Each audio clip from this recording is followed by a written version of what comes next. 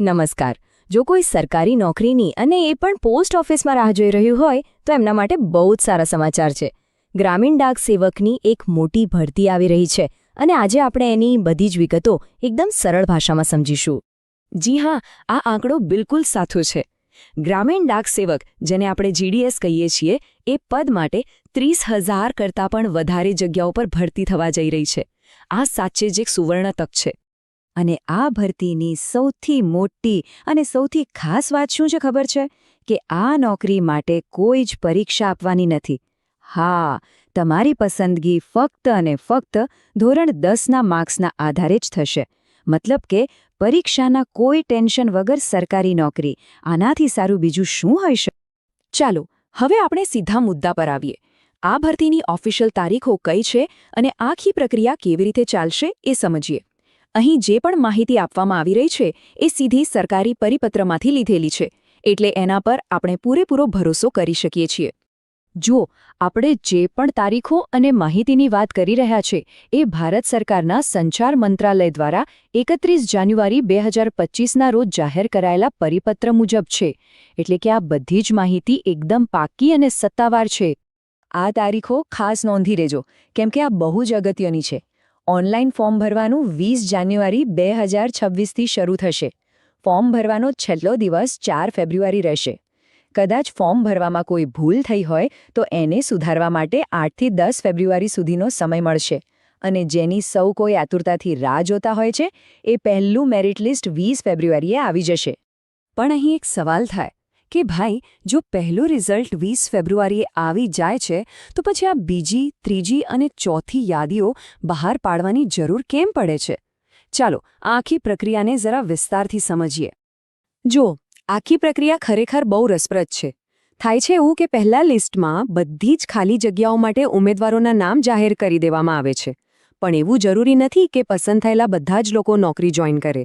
એટલે જે જગ્યાઓ ખાલી રહી જાય છે એને ભરવા માટે બીજું લિસ્ટ બહાર પડે છે, પછી ત્રીજું. એમ કરતાં ઘણીવાર તો 6 થી 7 મેરિટ લિસ્ટ પણ બહાર પાડવામાં આવે છે.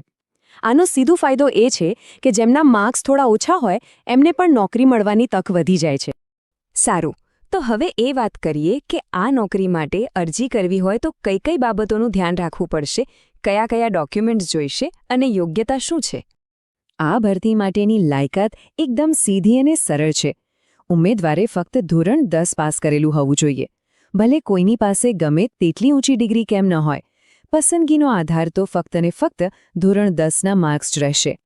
હવે અરજી ફીની વાત કરીએ તો જનરલ, OBC અને EWS કેટેગરીના ઉમેદવારો માટે ફી માત્ર 100 રૂપિયા છે. પણ જે ઉમેદવારો SC, ST, દિવ્યાંગ કેટેગરીમાં આવે છે અથવા તો કોઈ પણ મહિલા ઉમેદવાર હોય એમના માટે કોઈ જ ફી નથી. એ લોકો બિલકુલ મફતમાં અરજી કરી શકે છે. જ્યારે ઓનલાઈન ફોર્મ ભરવા બેસો એ પહેલાં આટલી વસ્તુઓ તૈયાર રાખજો. 1. ચાલુ મોબાઈલ નંબર, 1 ઈમેલ ID, તમારો આધાર કાર્ડ નંબર, ધોરણ 10ની માર્કશીટ, એક નવો પાસપોર્ટ સાઇઝ ફોટો અને તમારી સહીનું સ્કેન. આ બધું હાથવગું હશે તો ફોર્મ ભરવામાં બહુ જ સરળતા રહેશે.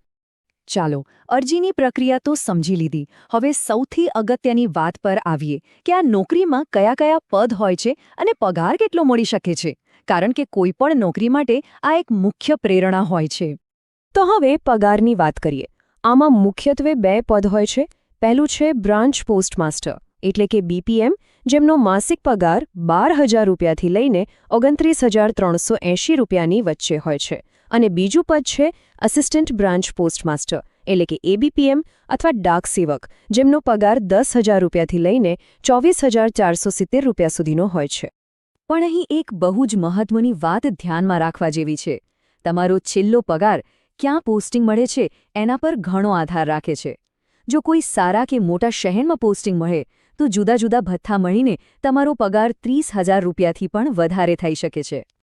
ચાલો, તો આખી વાતનો સાર ફટાફટ એકવાર ફરીથી જોઈ લઈએ, જેથી બધી જ જરૂરી માહિતી આપણા મગજમાં બરાબર બેસી જાય. તો શું યાદ રાખવાનું છે? તક છે ઇન્ડિયા પોસ્ટ GDS ભરતીની. કુલ જગ્યાઓ છે 30,000થી પણ વધુ. લાયકાત છે ફક્ત ધોરણ 10 પાસ. પસંદગીની પદ્ધતિ છે મેરિટ આધારિત, એટલે કે કોઈ પરીક્ષા નથી. અને અરજીઓ ક્યારે શરૂ થશે? 20 જાન્યુઆરી 2026થી. અને છેલ્લે એક સવાલ જે વિચારવા જેવો છે.